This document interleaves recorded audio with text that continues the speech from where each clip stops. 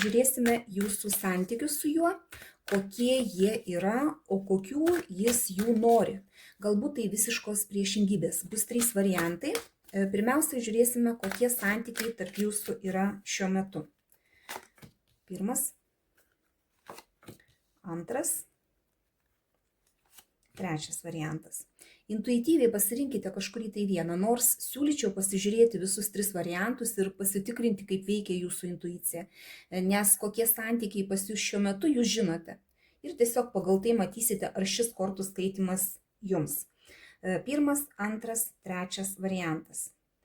Taip, kas pasirinkote pirmąjį variantą? Kokie santykiai šiuo metu yra tarp jūsų? Na, šiuo metu santykiuose galbūt pas jūs buvo kažkoks piktumas, kažkoks nesusipratimas, kažkokia tai situacija, iš kurios jūs po truputį išeidinėjat. Galbūt tiesiog kartu einat iš tos situacijos arba galbūt po vieną galite išeiti iš šitos situacijos, bet išeidinėjat į kažką tai geriau, į kažką naujo. Galbūt netgi čia pagal situaciją gali būti taip, kad jūs net ir gyvenamą vietą keičiate. Gali būti ir toks variantas, galbūt netgi išvykstate į kitą kažkokį tai miestą, galbūt ir kartu. Bet tai yra tokia situacija, kai jūs esat priversti kažkur tai judėti į geriau, nes taip kaip buvo, jums jau nebetiko. Gerai, žiūrime, kokių santykių jūs norite. Vat yra tokie santykiai, kur reikia kažkur tai išeidinėti, kažkur kažką tai taisyti, o kokių santykių jisai nori. Na, žiūrėkit, taurių pažas krenta, jisai nori meilės, jisai nori jausmų, įsimylėjimo, kažkokio tokio emocinio pliūpsnio, kad būtų meilė ir kad jis mylėtų, ir kad jį mylėtų, tokio, nežinau, tokios pradžios gražios. Galbūt žmogus mato, kad kažkas tai ne taip jūsų santykiuose, ne? Ir jam reikia tos meilės, reikia to švelnumo, to emocijų pliūpsnio kažkokio tai, to tokio drugelių plazdėjimo pilve. Taip jisai tokių santykių nori. Gerai, patarimas tada jums, kaip pagerinti tuos santykius, kaip jums elgtis, kad tie santykiai pagerėtų. Na, žiūrėkit, jums čia reikėtų truputį prisimti atsakomybę dėl santykių. Galbūt kažkaip tai įsipareigoti pagal šitą arkaną. Galbūt yra per daug sunku jūsų santykiuose kažkurioje tai situacijoje ir dalį problemų kažkokių reikėtų jums prisiimti. Kad nebūtų taip, kad vienas kažką tai tempia, vienas kažko tai nori, o kitas nieko nedaro ir laukia, žiūri, kas bus toliau. Tai jums reikėtų prisidėti. Jeigu čia buvo kažkokia situacija, kai yra sunku santykiuose, kai nėra galbūt kažkokio supratimo, ar piktumai kažkokie buvo, tai reikia prisimti atsakomybę kažkokią tai ir kartu keisti kažką, nes jis nori meilės, jisai nori jausmų, jisai nori švelnumo, o iš jūsų reikėtų, kad jūs kažką tai irgi darytumėt. Taip, žiūrim toliau. Kas pasirinkote antrąjį variantą? Kokie santykiai šiuo metu yra tarp jūsų? Na, čia tokie santykiai yra atsargus, kai yra truputį tokia nematoma siena statoma tarp jūsų, galbūt yra tokios baimės, kad nesikartotų kažkas tai, kas buvo jau praeity, galbūt kažkokiuose praeituose santykiuose buvo kažkokios tai klaidos padarytos ir baimė dabar yra, kad tos klaidos nesikartotų. Kad nebūtų kažkas, kas jau buvo jūsų gyvenime, nebūtinai šituose santykiuose, galbūt kituose santykiuose, nors gali būti ir šituose. Tiesiog jūs truputį taip laikotės, čia ir iš jūsų pusės, ir iš jo pusės gali būti tas pats.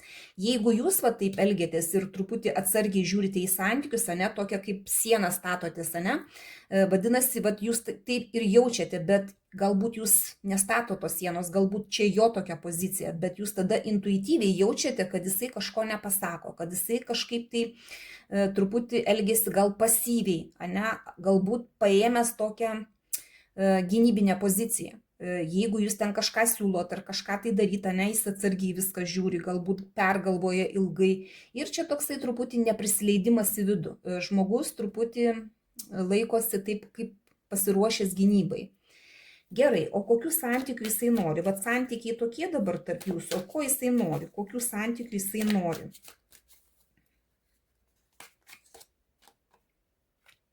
Na, taurės, jisai nori iš tikrųjų stabilumo, Čia stabilumas yra pagal šitą arkaną, tokių santykių jis ir norėtų, kad būtų viskas stabilu, kad jisai gerai jaustųsi, kad turėtų kažkokį tai užnugarį, ane, nes čia, vat, matot, medis yra už nugaros, ir kad jisai jaustųsi saugus šituose santykiuose, jisai nori, va čia jisai taip kaip ir pozicija tokia paėmęs, ane, kad jam kažkas tai baisu, kad nesikartotų, o čia jisai nori stabilumo, kad būtų taip, kaip yra, netgi jeigu tai bus nuobodu, ta prasme, bet jisai vis tiek nori būtent to, kad jisai galėtų jaustis saugiai tuose santykiuose. Galbūt kažkokią tai turėjo praeitį, kad buvo gal įskaudintas, gal išduotas buvo žmogus, ane, todėl pas jį tokie yra pasirinkimai, jisai nori iš santykių būtent to stabilumo kažkokio. Gerai, o kaip jums elgtis? Kad tie santykiai būtų kažkiek tai pagerinti, ne? Ką jums reikėtų daryti? Žiūrėkit, velnio arkanas. Jums reikėtų truputį gal net ir pamanipuliuoti tais santykiais, ane, gundyti, pačiai būti kaip tokiam gundančiam velniukui, ane, tokią rolę priimti.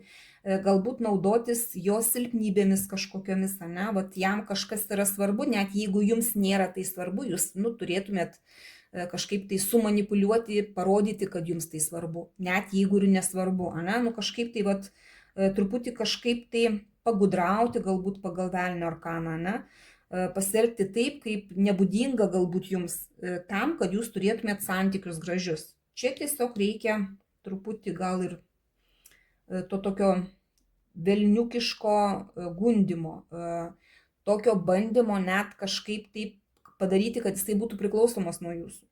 Čia pagal velnio arkaną iš tikrųjų jums reikia gudrauti, jums reikia manipuliuoti tais santykiais, kad jūs juos kažkaip tai pagerintumėt. Na, toks patarimas. Gerai, žiūrim toliau, kas pasirinkote trečiąjį variantą. Kokie santykiai šiuo metu yra tarp jūsų? Na, čia gali būti santykiai, jeigu nauji, jeigu nesenai susipažinote, nes čia kaip ir pradžia gali būti, ne? Tai, ta prasme, čia yra tokia dabar situacija, kai jūs vienas kitą bandote pažinti.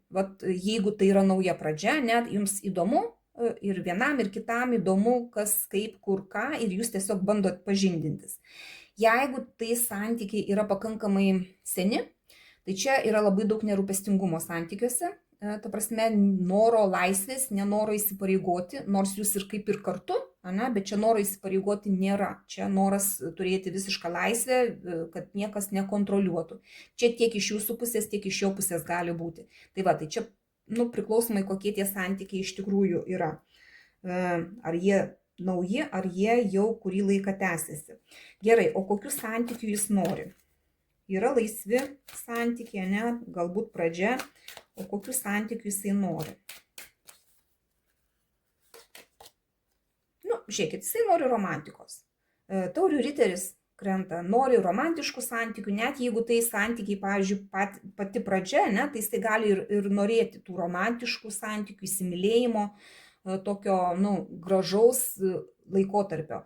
Jeigu tai santykiai kažkokie tai jau seni, kurie jau kurį laiką tęsiasi, tai irgi jisai nori romantikos, net jeigu ta romantika kažkur į šoną nuėjo. Tiesiog jisai nori, gal kaip jūsų pradžioj pačioj buvo, ne, to tokio įsimylėjimo, to tokio jausmo didelio, kada žmogus kaip ant sparnų jaučiasi. Tokių jisai santykių nori. Patarimas jums, kaip elgtis, kad tie santykiai būtų pagerinti, ne, kad pasikeistų galbūt kažkas, tai kaip jums elgtis. Taurių aštuntukas. Iš tikrųjų, tai jeigu jūsų netenkina tokia situacija, kokia yra dabar, ne, tai jūs tiesiog turite ieškoti išėjimo iš tos situacijos. Žinodama, kad jisai nori romantiškų santykių, jūs pati galite kurti tą romantiką arba leisti jam tą romantiką kažkokią tai daryti. Jūs jam galite kaip užuominas kažkokias tai duot, kad tarkim jūs visai nieko prieš kokio romantinio vakaro, nieko prieš kokiai romantiniai vakarieniai, arba pati galite tiesiog kurti tą romantiką, tiesiog, nes čia reikia išeiti ten, kur geriau, rasti tą tokį aukso viduriuką. Jeigu tie santykiai tokie, kokie yra dabar šiuo metu, jūsų nelabai tenkina, tai tiesiog turit pati ieškoti išėjimo į geriau. Tai va, buvo tokie 3 pasirinkimai. Iš jūsų būtų miela sulaukti komentaro, kurį pasirinkimą padarėte jūs, kiek tai rezonavo jūsų situacija. Šį kartą tiek. Dėkoju už jūsų laiką, širdutes ir iki sekančio karto.